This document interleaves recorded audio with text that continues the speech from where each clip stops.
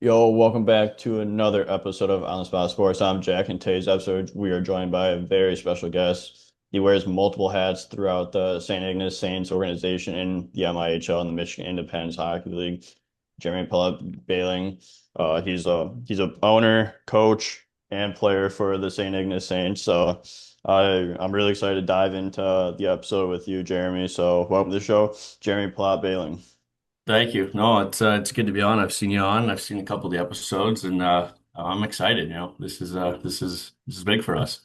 Yeah, of course. I just wanna I'm super excited to dive into St. Ignace Saints a little bit here and like you guys joined the leagues. I know you're with the Nordiques with in the Sioux last year as well. So but to start things off, what's your playing career like and like what got you into hockey and when you first started, like your path a little bit.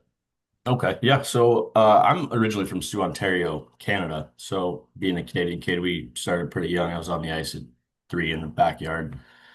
Um, Started out, as any Canadian kid, started out in their youth system. Moved over to the States when I was 12. Played double A system here in Michigan, and here in the Sioux. Um, Ended up in high school going back to Canada, playing in their double A system through midgets. Um, Senior year, ended up making the Sioux Firehawks junior A team that was in town here at the time. They ended up folding right before the season started, so I went back to Canada, finished out my senior year of high school there. Um, and then after that, I actually took a different path. I went to Finlandia University for baseball, actually, not hockey. It was interesting, kind of where we're from. Every guy in our graduating class, for the most part, was going somewhere for hockey. It's everyone plays up here. Yeah. And so I think there were two of us in our senior class that were baseball players. And so the two of us wanted to go somewhere, and I wanted to do something not a lot of other people did, right? In fact, there's only two of us on that route. Everyone else is going to hockey. Everyone else is talking to the same teams. We come from the same area. There was some interest, ACHA wise, couple tier three junior teams, but at the end of the day, I knew I wasn't really going to go anywhere great or where I thought I was going to go. Everyone grows up as a kid, you want to go D1, OHL, all Yeah. that stuff, right? Yeah. I wasn't naive, and so I found a D3 school for baseball, and I thought, let's go there. Went there. I loved college. Didn't love school. I love college a little bit too much. Generally how it Um, goes. yeah, and then well, it became more of a job when I got there. Yeah. I realized it wasn't fun anymore. My whole day revolved around that sport, and it wasn't what I loved. And I got there, and I tried to go and play hockey. I knew they had an ACHA team, and being an NCAA athlete, they were like zero chance. You're absolutely not, because if you get hurt, you're gone. Yeah. So I accepted that. Ended up coming home from Finlandia after the year, and then sat on my butt for a year, and then went to Lake State ACHA. Ended up playing there. COVID came. Ended up coaching there. So I ended up assisting with their Division two men's and their Division one women's team. And then I had my own D3 team that I was the head coach of. And so I was there for 3 years. It was great. I learned a lot of, honestly, the business side of hockey. It's kind of helped me, do all of this comfortably, I'll say. But yeah, I got some good experience there coaching. And then after that, just kicking around town, everyone's working, hanging out, and we saw the Soonor Deeks popped up, and a bunch of local guys said, let's give it a shot. We all went to high school together. It's small town. So we all know each other. Group of guys went out and played, loved it. And, 2 years, 3 years later, here we are. Yeah, that's awesome. Like you get that early experience and you go through the different phases like with hockey and then baseball as well. And then so you're a college athlete and then you obviously get into the business side of things with coaching for Lake State there. So like what do you learn throughout that process of like the business side of things before like obviously going into St. Ignace and creating your own MIHL team from there because you have that familiarity with the business side of hockey because it is so Right. huge. Right. Well, I noticed like even when I was at Finlandia, playing baseball, everything was taken care of as far as, travel, food, everything had, somebody was coordinating it. And so when I got to Lake State at the CHA level, obviously nobody's coordinating that. That's your coaches, right? Yeah. So, nobody's coordinating. If your coaches aren't, nobody's making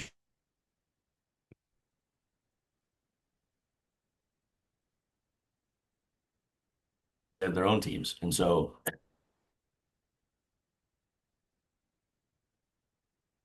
you're me the account kind of hot. You got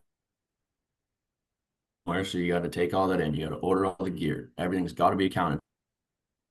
Uh, your receipts for food on the road, right? That's all got to Yeah. be tracked. Your mileage, hotels, um, even just scheduling. There's ways to plan trips so that, if you're making a decently long trip, there's ways to travel so you're taking at least shorter routes, maybe earlier games, maybe playing closer to home your second day so your trip home's not as long. There's little hacks and little things around it that you learn along the way. Um, that and a big thing would be just people management. You know, I the way I grew up was really hard. Coaches were really hardcore, swearing at you, throwing stuff, yelling. And it wasn't out of the norm. It was everywhere, Yeah. And so nowadays, you kind of got to be softer on kids. And so I had to learn to do that. Because I came in coaching the way I was coached, and you can tell a lot of guys kind of just, didn't want anything to do with me. Not that they wouldn't talk to me, but it wasn't their style of coaching that they liked. And so it really took me to, sit down with each of these kids because I was a young coach at the time. I was 23 years old. So it's like, what do you guys want from me? How can I help you? Like, we're all in this together. And so I think the kids taught me a lot. Um, and even still to this day, like, I mean, I love seeing these kids around. I go to their graduations, see them around the town. Like, it's awesome to see these kids in hockey still, even if I'm not a part of it anymore. Um, I think the biggest the biggest thing I learned from it ultimately was just caring for people. Like Yeah. that's what that teaches you. There's so many different walks of life within this game. And so I think that's the coolest part.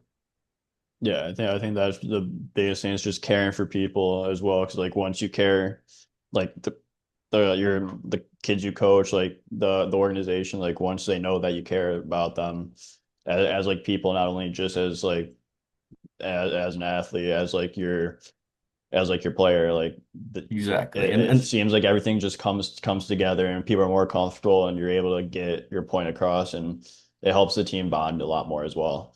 Exactly. And like hockey's a hasty sport. People aren't the nicest. It's a very political sport. So you kind of gotta bridge the gap somewhere. You know. Yeah. But no, I loved it there. Aside from like accounting, trip management, people, it was just an all around eye-opening experience of, hey, this is how business works, start to finish. And it gave me everything I needed to run into this. And, it's not as hard, I think, as people might think it is. Like, I'm not, I think a lot of people assume owners in these leagues are like bankrolling these teams. Like, we're not. Yeah. There's just no chance we'd be working all year and throwing all of our income to these teams. That's not what we're doing. So just having the business side of it, if you can just know a little bit here and there, just the basics, these teams can stay afloat and be sustainable easily. Yeah, yeah, exactly. And like you touched on, like being good, like building that chemistry within the room, building like that trust, because that trust with like your athletes, that's huge as well. And like you also were in the Sioux Nordiques as well. Like you started out in the APHL over there. So like, what was your time in the APHL with Sioux like, and just really get like the eye-opening experience to start like maybe creating a team, which eventually you did with St. Ignace. Right. Well, when it got going, we knew we had a really good crowd the first like two games of the Nordique season. We beat the teams pretty well, and people didn't come back after that. We were at the time we were charging $15 a ticket. We had just 20 piece a team. I don't want to come. I don't want to pay 20 or $15 to watch a 20 piece a team. Yeah. It's a waste of my money. But Yeah. so I get that. But it was good. Just we saw what could have been better in an organization and what we would all do personally because we've all shouted out ideas and hey, we would do this or this, that, and the other. Owners can only do so much. The guy we had at the time, loved the guy, but he didn't know a ton about hockey. And so he was really flying by the seat of his pants with this, just kind of hoping. And you could tell right away it wasn't going to go well. Like we went to Niagara the first weekend of the season. man, four-star hotel, like everyone had their own rooms, and that trend continued for every road trip. And we're like, everyone's got their own rooms, like you can bring Yeah. your family, like something's up, okay? And so we didn't really know, but we knew that it can't be sustainable. And so once fans kind of quit coming, we knew there wasn't gate money coming in. We knew if we wanted to succeed, we all wanted to go to St. Ignace. It's a huge hockey town. They pack the barn for Squirt games. Yeah. That's And awesome. so there's just nothing to do there besides hockey. So we all wanted to go there. We love the rink. They have we were bouncing around different rinks in the Sioux. They have a nice rink there, locker room that we could have had. And we all wanted to go. Our owner kept telling us, no, no, no. It's better to be in the Sioux. Well, if you're thinking like grand scheme of hockey, yeah, maybe, but ultimately there's too much hockey in the Sioux. You can't have people come watch because if we want a Squirt and Pee Wee team to come out, guess what? They play on Saturday and Sundays, so they're not going to be at the games. Whereas the high school kids, they're going to be at their games. Like the house kids, they're going to be at all their games, so nobody can Yeah. come watch our games. And if we're in town, the Division 1 team is in town, our Junior A team is in town. Are you coming to watch this? Like, really? And so we just knew if we wanted to succeed, we had to go to St. Ignace, where they used to have teams in the past, and it was super successful. So when we were on the Nordiques, a couple of us went down there just as players and just talked to the rink to see what our options would be. Because we had asked our owner to do it, and he said, "Well, I'll go and I'll talk to them." Yeah. Come to find out after a phone call, that never happened. So we just said, "We'll do it." It's what we want. It's our team, right, as players. Yeah. So this is what we want. We're going to go and grab it.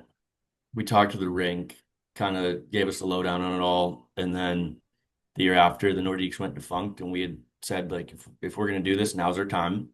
Is everyone in? Like, this is going to be a year where I don't care where you play, don't care what anyone's doing, but you have to tell me you're coming back if we're going to do this because I need a roster if we're doing this, right? Yeah. Um, so we met with the rink over the summer. Originally got everything in place, said, great, you guys can come to town. Awesome. So we got the team fired up. And I just because of the business background at Lake State, everyone kind of said, if we're going to do this, you're going to run it because nobody really wanted to. Everyone wants to play, nobody wants to run it. And so um, I just thought, I've done it at Lake State, I can do it here. And so I think Lake State's on a much bigger scale than this, so I think if I can just simplify it a little bit, um, it'll all take care of itself. And so that's kind of where we're at now. A few of us just kind of decided this is what we wanted, and the city wanted us here, the community did, and so that's why we decided to move. Yeah, so like what went into going to the MIHL rather than staying in the APHL? Like I know Michigan's like we are talking about pre-shows, the travel. Like you're not traveling like by that second game, like everyone's getting tired, but and you're closer in Michigan when you're traveling around the state compared to going out of state. So like what was also the reason for going to the MIHL instead of like the APHL? Yeah, like you said, we were chatting pre-show for the viewers who don't know, but so being in the Sioux, we'd go down to play Flint, so 4 hour drive, 4.5 hour drive downstate, southern Michigan, just to, play 2 games, come back to Sault Ste. Marie, turn around and drive 5 hours over to Wisconsin next weekend to play Sun Prairie. It wasn't really the travel and the place we were going, it was the back-to-backs all the time. Yeah.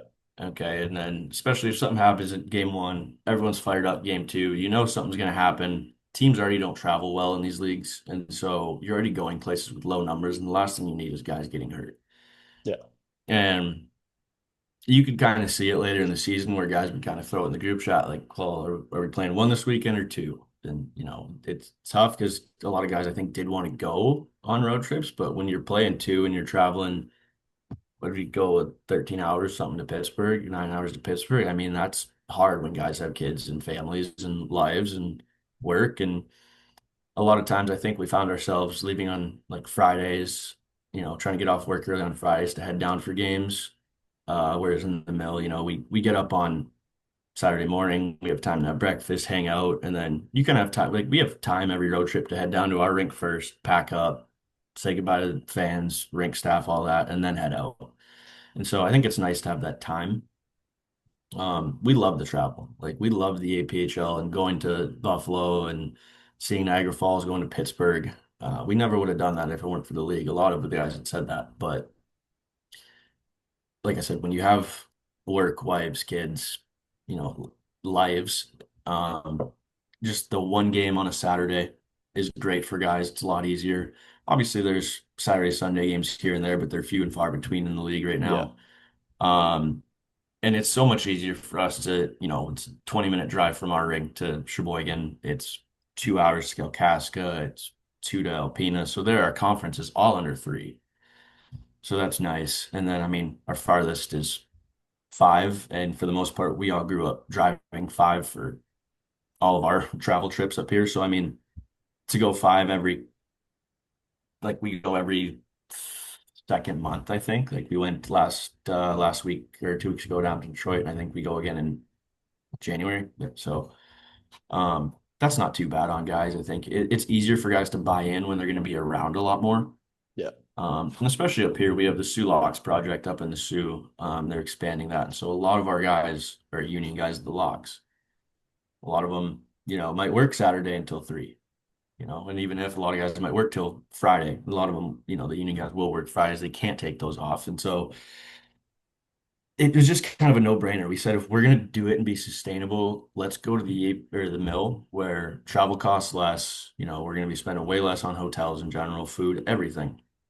Um, let's run it for a few years, see how it goes, and then we can open the door and kind of talk because we did talk to the APHL and the MIHL both at the same time to see what we were doing.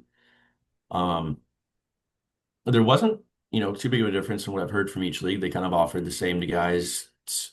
Both had pros and cons, I think, as any leagues would. But at the end of the day, I let the guys vote on it. Yeah. The core group of guys we had, and this is how the kind of how the team runs is I just make sure that we pay our rink bills, we pay the refs, we pay the league. I'm the business guy behind this. Whatever happens team wise, the guys in that locker room vote on it. I don't, whatever they vote on, they can come and they go and tell their captain. He can come tell me if I have to post something online, I'll do it, whatever. If not, out of sight, out of mind, I don't care. They know from the beginning that they knew, or maybe from the beginning, this is their team. And I told them that when they voted on this. We're voting on this because this is your choice. So there's no going back. There's no, oh, I can't travel because you made this choice because you didn't want to travel so much. So, so I told guys, everything you guys do, you're going to vote on and it's going to be your team, but you guys better buy into this. Yeah. And so that's a lot easier too when, they all decided like, okay, if we're going to do this, let's be closer so we can all at least commit a little bit more or, a little bit better than we could if we were playing in the AP and, having to go to Buffalo one weekend, turn around and go to Pittsburgh the next or wherever. But um, yeah, it was just a vote, and the guys decided that if we want to do this, let's start here where we're all local. It's easier to find guys when we travel and see where it goes.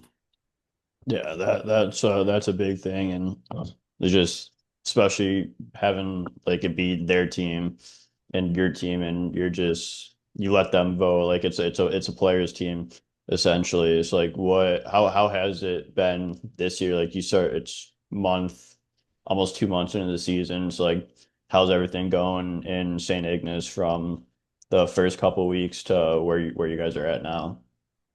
Pretty good. The first couple, it was kind of I'd say the first 2 weeks, it was definitely the feeling out process, iron out your kinks, and like even at practice, we were standing around like, okay, who's going to drop a drill? Who's got something? We didn't, because I told them at the beginning, like, I'll own this team. I don't want to coach it. Like, I've Yeah, coached, like, I'm not going to wear all these, but at the end of the day, like, I am quote unquote the coach, so I get it. But if you guys want this to be your team, what are we doing here? What do you guys want to run at practice? What do you want to do for drills for power play? Like, that's where this might be quote unquote my team, but this is your team. Like, I'm yeah, not sitting here with the board drawing shit up. This is you guys. And so it kind of took a minute, and then I had one kid reach out. He's a Coast Guard kid, so he's got, the leadership capabilities already. And he had just said, I see that no one's stepping up. Like, would you mind if I did lines in practice and, kind of ran the day-to-day team stuff? Perfect. That's exactly what I needed, someone to step up. And so that's right there. Somebody had bought in. And guys kind of started noticing that, and the team kind of started developing around that. Okay, he's going to do this. So when he says something, now guys kind of move as such, right? Um, and even if you're like, and even like captains, we had the conversation right away about we'll vote on captains later on. You guys can all vote on it. Leave it on my desk. I'll put the letters on the jerseys. We're in December now. The guys literally just put something in the group chat this past week about captains because everyone forgot. Like nobody really cares. Yeah. Like stuff like that. Like we're like it's like a we're all in this together thing. So it doesn't really matter because even when it comes to games, like we know the two guys that can go and talk to the refs, and aside from those two, nobody ever will because if we're doing this, we're doing it properly and together. So we're all buying into the same concepts, and I think that's what's nice about it is, you look at a lot of these teams where they're staffed pretty well. They got four coaches on a bench, a trainer, game day operations everywhere in the rink. Us being grassroots, I have trouble staffing my concessions. I'm lucky that I'm blessed that the rink helps me out and does that for me. But like for the most part, it's just us as the team on the bench. There's nobody Yeah. behind us. There might be like our equipment manager and our medic, but as far as coach wise, like that's all on us as the game goes on. And so the first game was kind of like, let's see how this works. And if we need, we'll throw someone back there. Um, and right away, like we get down a guy or you get on a power play, and right away everyone kind of looks at each other like, what are we doing here? What's the best way? What are our best options right now? And it's not about he's our best player and he's our best player, so they should go. It's okay, these two have been playing great together, send them together. And it's like everyone is agreeing on this. We've had a couple like two bad eggs that didn't spoil it because they didn't get the chance to. They left before it started, but um, it's like culture. Like we knew right away that that was going to be a problem, and they weeded themselves out without us even doing anything. And so, I mean, the guys created it themselves, and now they don't have to worry about somebody coming in that's going to harm their culture because it clearly takes care of itself, Yeah. right? And so, I think that's huge with them too. Is they don't, if we need a guy for even a weekend, they don't really care if this guy's a really good hockey player as long as he's a good person. Like that's one thing is guys don't want they don't want assholes in the locker and they don't, hockey's like I said earlier, hockey's hasty, guys are rude. So one guy can bring down an entire room. I mean, we're really protective about that. Guys have and I say guys because I don't turn down guys or anything like that. My guys have all the control of who plays for this team. They've turned down guys just because, well, I've had a few conversations with them and I just don't think he'd fit with us. I don't like his attitude. Cool, fine by me. Like whoever you guys want to bring in, cool. If you want to keep someone on the outside, that's all you guys. But like I said, at the end of the day, it's all them. 100%, it's your team.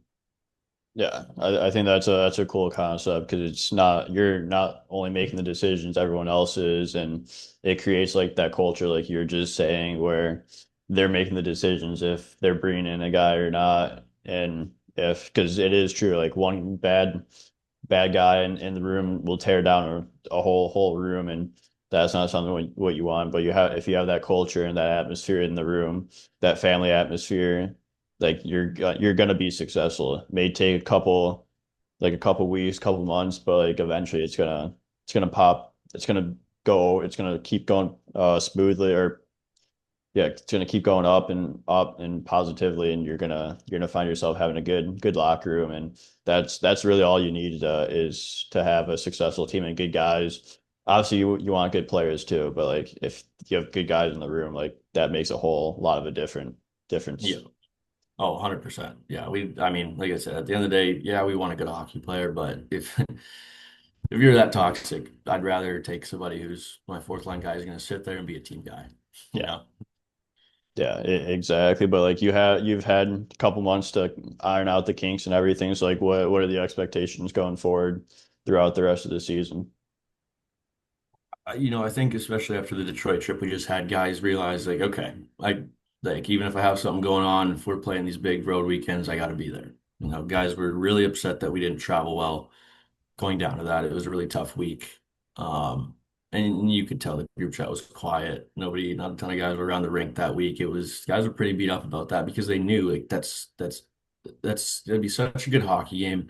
And if we put our best lineup, their best lineup, man, the game those fans would get against, and that's Waterford or Muskegon. Yeah. That's if we could just fill out some rosters and play those two again, that would be phenomenal. And I think guys understood that. So I think going forward, guys are kind of, it's just I'll say just head down in predator mode. Like there's a lot not at stake, but guys understand like, okay, we're kind of straying away from our goals here. We said we're going to be the best in the North, captured it for a hot second. Now we're starting to stray, we're starting to drop. That's not what we do. And so, as an early team, I think the identity crisis happened already. And so I think we're finally over that hump. We figured out, okay, this is who we are. This is where we struggle. Well, let's fix this. Um, so I think going forward is just trying to put a deeper roster together when we travel, and honestly, just all around keep playing our game. Like we're not playing bad hockey. We just need to keep playing our game, and we'll be just fine. Yeah, that's huge to have like those positive expectations going forward, and everything will follow. And like, so you guys are the Saints. Like, what went into naming the team the Saints, and like the whole brand behind the Saint Ignace Saints? So the Saints, the local hockey team, for as far as can remember, they've been the Saints, the high school, middle school, the Saints. We had a couple of other ideas, just a couple other names, but I thought if we want to, because we want to be the community's team, we want kids to Yeah, grow up, and we want this to be sustainable when we're no longer around. So maybe when they're older, this is where they want to play when they're done, playing competitive organized hockey. And so we said, if we want to be the community's team, we're going to stay with the colors and we're going to stay with the name. We're just going to change the logo a little bit so we can differentiate. We're not taking anyone's logo, and especially because it's part of the high school, we don't want to mess with the MHSAA, step on their toes. And then when we got the jersey, the color was actually a little bit different, like our gold. We've gotten great feedback. Everyone loves it. And so, like I said, if we wanted to be the community's team, we kind of had to keep the name, and we all agreed on that.